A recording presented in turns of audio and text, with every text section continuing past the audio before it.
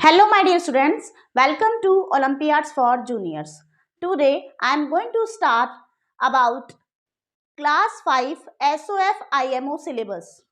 देखिए, SOF IMO का means mathematics Olympiads का क्या सिलेबस है क्लास 5 का, आज हम स्टार्ट करेंगे।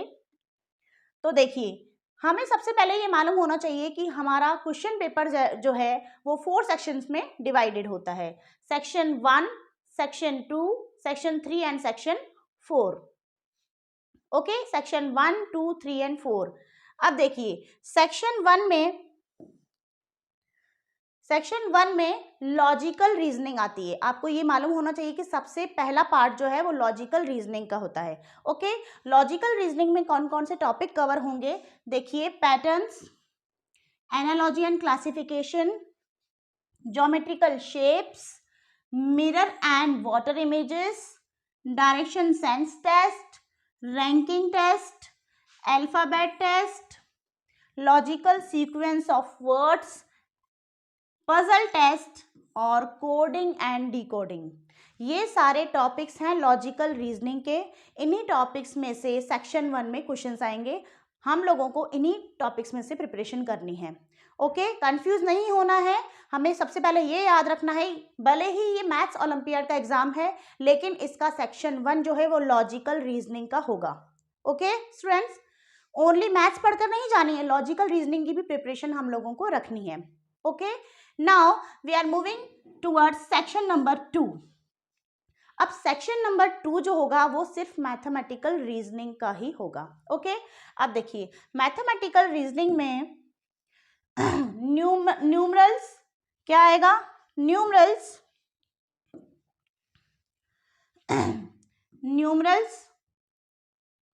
Number names and number sense, ठीक है, of 7 and 8 digit number. Okay, 7 और 8 डिजिट नंबर का ही नंबर नेम और नंबर सेंस आएगा। ओके, कंप्यूटेशन ऑपरेशन के अंदर ही एडिशन, सब्ट्रैक्शन, मल्टीप्लिकेशन और डिवीजन होता है। ओके स्टूडेंट्स, तो कंप्यूटेशन ऑपरेशन कंफ्यूज नहीं होना है।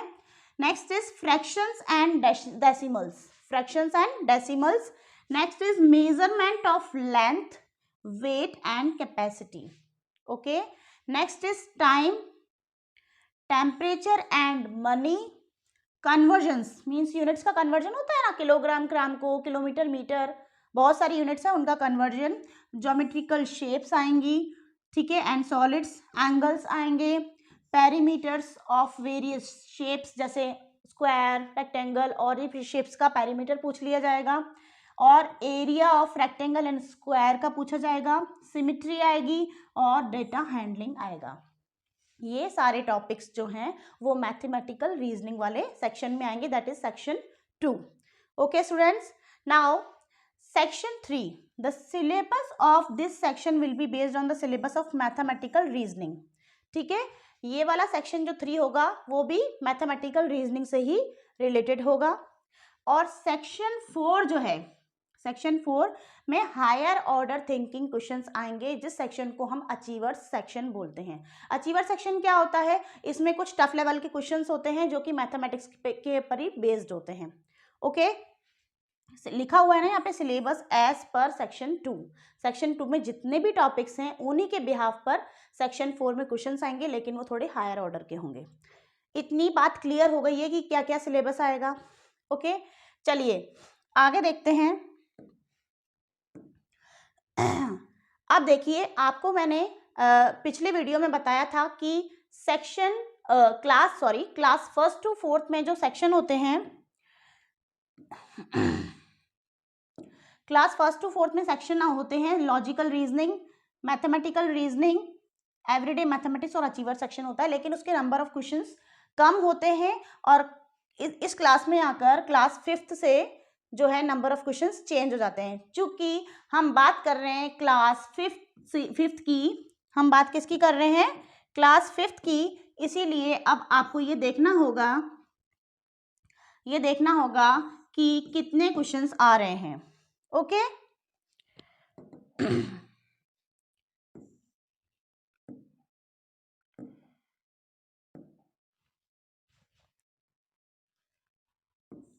तो चलिए देखते हैं हम क्लास 5 में सेक्शन 1, 2, 3 और 4 के बारे में कितने नंबर ऑफ क्वेश्चंस होंगे। तो सेक्शन 1 जो कि लॉजिकल रीजनिंग का अभी आपको बताया गया था उसका सिलेबस, उसके 15 क्वेश्चंस आएंगे। कितने क्वेश्चंस आएंगे? 15। How many questions are there from logical reasoning? Total number of questions 15। Each question carry 1 mark, each question carry 1 mark, then total number is of reasoning 15 number of, ठीक है, 15 number का logical reasoning होगा। Okay, section 2 that is mathematical reasoning, उसके हमारे पास 20 questions आएंगे। कितने? 20। Each question carry 1 mark, तो फिर total marks of mathematical reasoning कितना हो जाएगा? 20। Okay, now section 3 is everyday mathematics. What is everyday mathematics? इसके 10 क्वेश्चंस आएंगे और ईच क्वेश्चन कैरी 1 मार्क, तो total number of numbers from everyday mathematics is 10 numbers. 10 number की एवरीडे मैथमेटिक्स होगी। And the last achievers section, achievers section के सिर्फ only 5 questions आते हैं। क्यों? क्योंकि थोड़ा सा टफ होता है और ईच क्वेश्चन कैरी 3 मार्क। एक क्वेश्चन 3 नंबर का, तो 5 क्वेश्चन 15 नंबर के, तो ईच क्वेश्चन कैरी 3 मार्क, तो 5 क्वेश्चन 15 नंबर के हो गए। तो देखिए टोटल नंबर ऑफ क्वेश्चंस कितने हो गए? देखिए टोटल नंबर ऑफ क्वेश्चंस क्या हो गए? 15, 20, 10 एंड 5, 50 नंबर का हो गया। क्या हो गया? 50 नंबर का हमारे पास 50 number total number of questions होंगे 50, और टोटल नंबर ऑफ मार्क्स कितने नंबर का होगा? 60 नंबर का हमारा क्वेश्चन पेपर होगा। तो हमें पेशेंटली काम करना है, ओके, पेशेंटली वर्क करना है और धीरे धीरे क्वेश्चंस को सॉल्व करना है। आपका जो टोटल क्वेश्चंस होंगे 50 होंगे, और वो कितने नंबर, टोटल कितने घंटे का होगा वो पेपर? 1 घंटे का पूरा पेपर है हमारा। सिर्फ 1 घंटा मिलेगा आपको। ये स्कूल का एग्जाम नहीं हो रहा है, ठीक है, ये ओलंपियाड का एग्जाम हो रहा है। तो आपको स्पीड भी मेंटेन रखनी है। जितनी आप स्पीड मेंटेन रखेंगे उस हिसाब से आपका पूरे क्वेश्चंस भी कवर होते चले जाएंगे। अगर आपने स्लो स्पीड रखी तो क्वेश्चन कवर नहीं हो पाएंगे। क्यों? क्योंकि हर एक क्वेश्चन टेक्निकल होता है, उसमें सोचने की ज़रूरत पड़ती है, तो सारे क्वेश्चंस अटैम्प्ट नहीं हो पाते हैं। तो स्पीड बहुत मेंटेन रखनी है, ये सबसे पहले आपको याद रखना है। अच्छा, सबसे पहले वही क्वेश्चन अटैम्प्ट करना है जो आपको आता है, ठीक है। जो क्वेश्चन पहले आता है उसको पहले अटैम्प्ट करके टिक कर लीजिए कि हाँ हमने ये क्वेश्चन कर लिया है। ओके स्टूडेंट्स, और एक बात और याद रखिए जो मैंने एक्सपीरियंस की है मेरी डॉटर के थ्रू, वो बोलती है कि जो रफ वर्क का जो स्पेस होता है वो बहुत कम होता है। जैसे यहाँ पे दिया हुआ है, आप क्वेश्चन में देखिए, इतना सा रफ वर्क स्पेस दिया हुआ है, ये देखिए सिर्फ इतना सा स्पेस दिया हुआ है रफ वर्क का। तो आपको जो भी रफ वर्क करना है, बिकॉज मैथमेटिक्स का एग्जाम है तो रफ वर्क भी करना पड़ेगा।